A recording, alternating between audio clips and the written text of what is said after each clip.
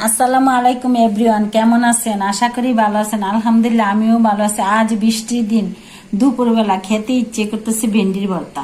তার জন্য ভেন্ডিগুলো কেটে কেটে পরিষ্কার করে নিয়েছি, পেঁয়াজ কুচি করেছি, ধনিয়া পাতা কুচি করেছি, শুকনা মরিচ সাথে নিয়েছি। কিভাবে ভর্তাটা বানাবো আপনাদের সাথে শেয়ার করতেছি। কড়াইটা গরম হয়ে গেছে, তেলটা দিয়ে দিচ্ছি। ভেন্ডি ভাত দিয়েও ভর্তা বানিয়ে খাওয়া যায়, কিন্তু আমার কাছে তেলে ভেজা ভর্তাটাই ভালো লাগে। সবসময় তো সব ভর্তা একসাথে খাওয়া যায় না, রাই খাবে পরে খাই, আর ভর্তা বানানো কষ্ট, তার জন্য তেলে ভেজা বানাই। এখানে শুকনো মরিচগুলো টেনে নিচ্ছি।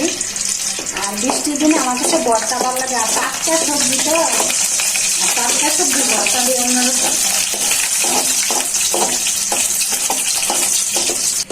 মরিচটা ভালো করে ভাজা হয়ে গেছে, আর শুকনা মরিচের ঘ্রাণটা সেই লাগে। এখানে ভেন্ডিগুলো ভেজে দিচ্ছি।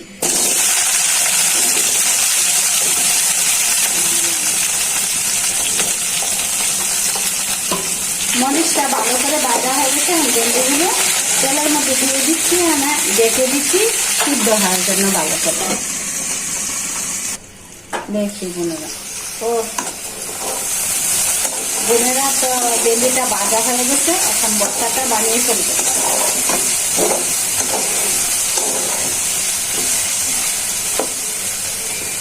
এই যে সুন্দর সিদ্ধ হয়েছে।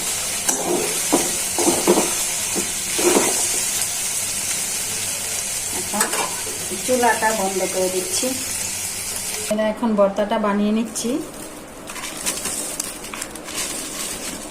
আর শুকনা মরিচের গানটা সেই লাগে।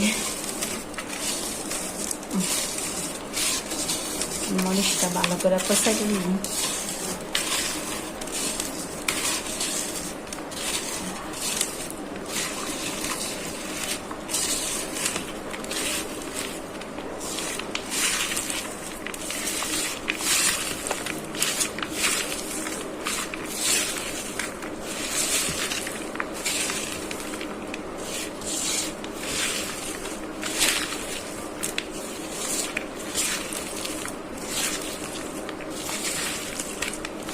আর ধনিয়া পাতাটার অনেক সেন্ট।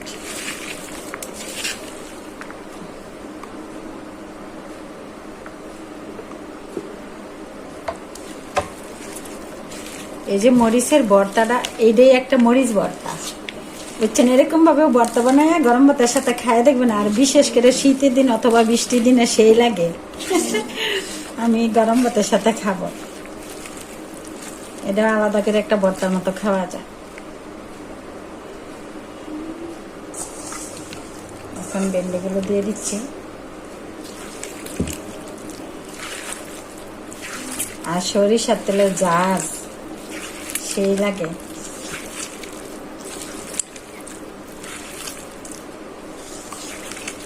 সরিষার তেল আমি মিলে বাঙ্গায়া আনি। আমাদের এলাকাতে একটা মিল ঘর আছে, সরিষার সাথে সাথে বাঙ্গায়া বিক্রি করে। আমি ওইখান থেকে আনি তেলটা।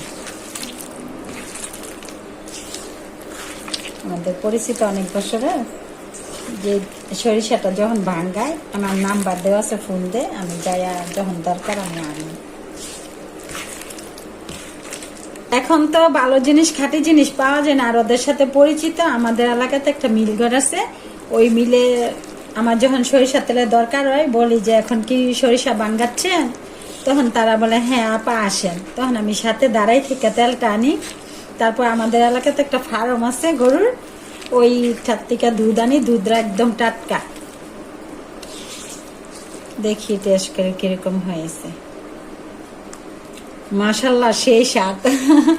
অনেক মজা হয়েছে। তো বোনেরা ভালো থাকবেন, সুস্থ থাকবেন, আমার ভিডিওগুলো বেশি বেশি দেখবেন, লাইক করবেন, কমেন্ট করবেন, পাশে থেকে সাপোর্ট করবেন। আল্লাহ হাফেজ।